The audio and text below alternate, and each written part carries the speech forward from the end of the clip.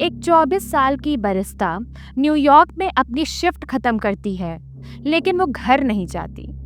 She heads towards a union organizing meeting, not for extra pay, but for respect. दूसरी तरफ Starbucks का corporate board room Seattle में। Executives are worried, not about coffee beans, but about rising union petitions. Welcome to the real battle brewing at Starbucks. Baristas versus boardroom, activism versus policy, and humanity versus profit. By April 2024, 390 plus Starbucks stores across 40 states filed for union elections.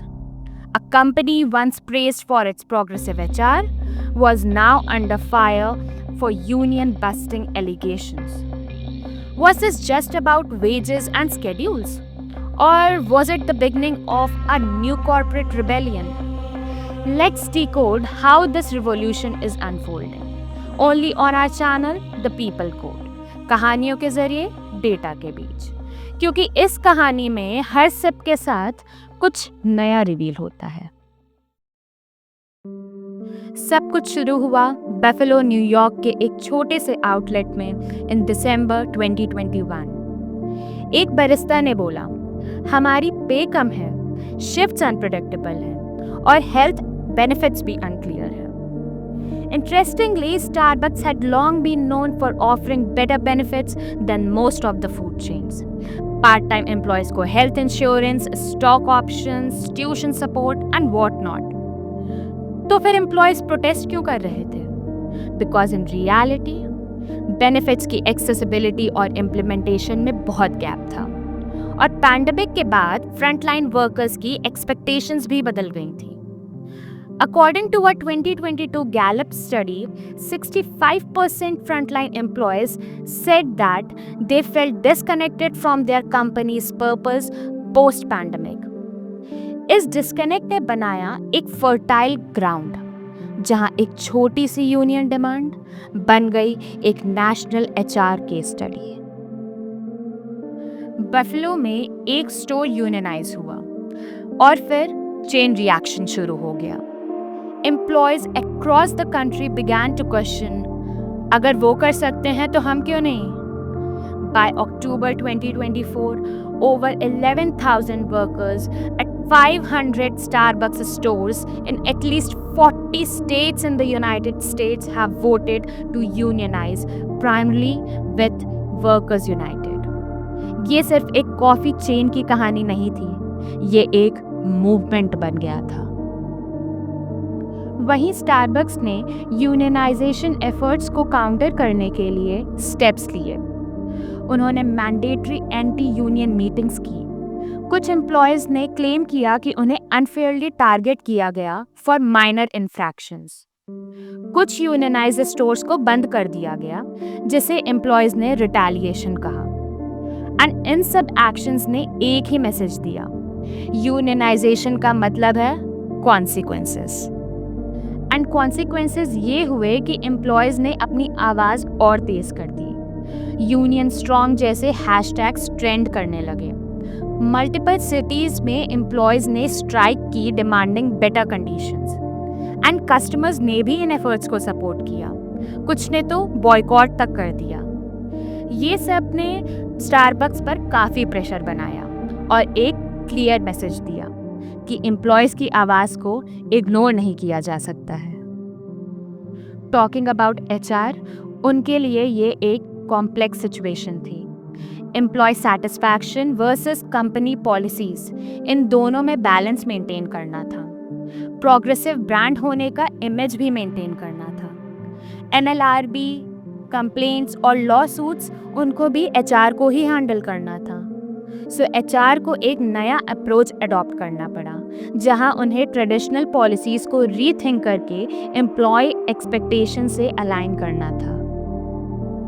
Negotiations between Starbucks and its union, Starbucks Workers United, have broken down, leading to a wave of strikes across more than 300 stores, जिसमें 5,000 workers involved थे। primary point of contention was multi-million dollar का pay package for Starbucks new CEO Brian Niccol, which includes up to $113 million in total compensation. So employees demanded higher wages, better working conditions and fair scheduling. Starbucks ने कुछ concessions भी दिए, लेकिन employees के लिए ये काफ़ी नहीं था।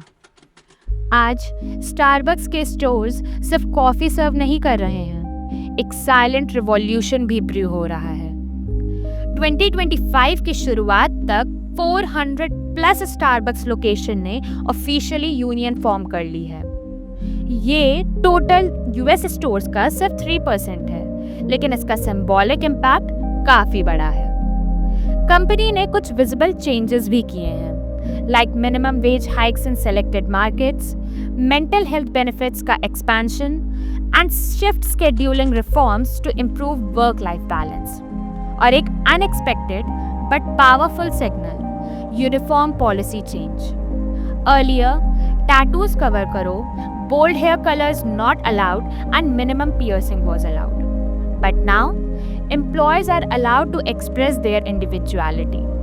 Colored hairs, visible tattoos, pronounced pins, सब अप्रूव्ड है। क्यों?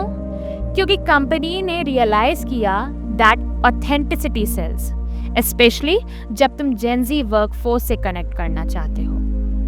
लेकिन सब कुछ रिजॉल्व नहीं हुआ है।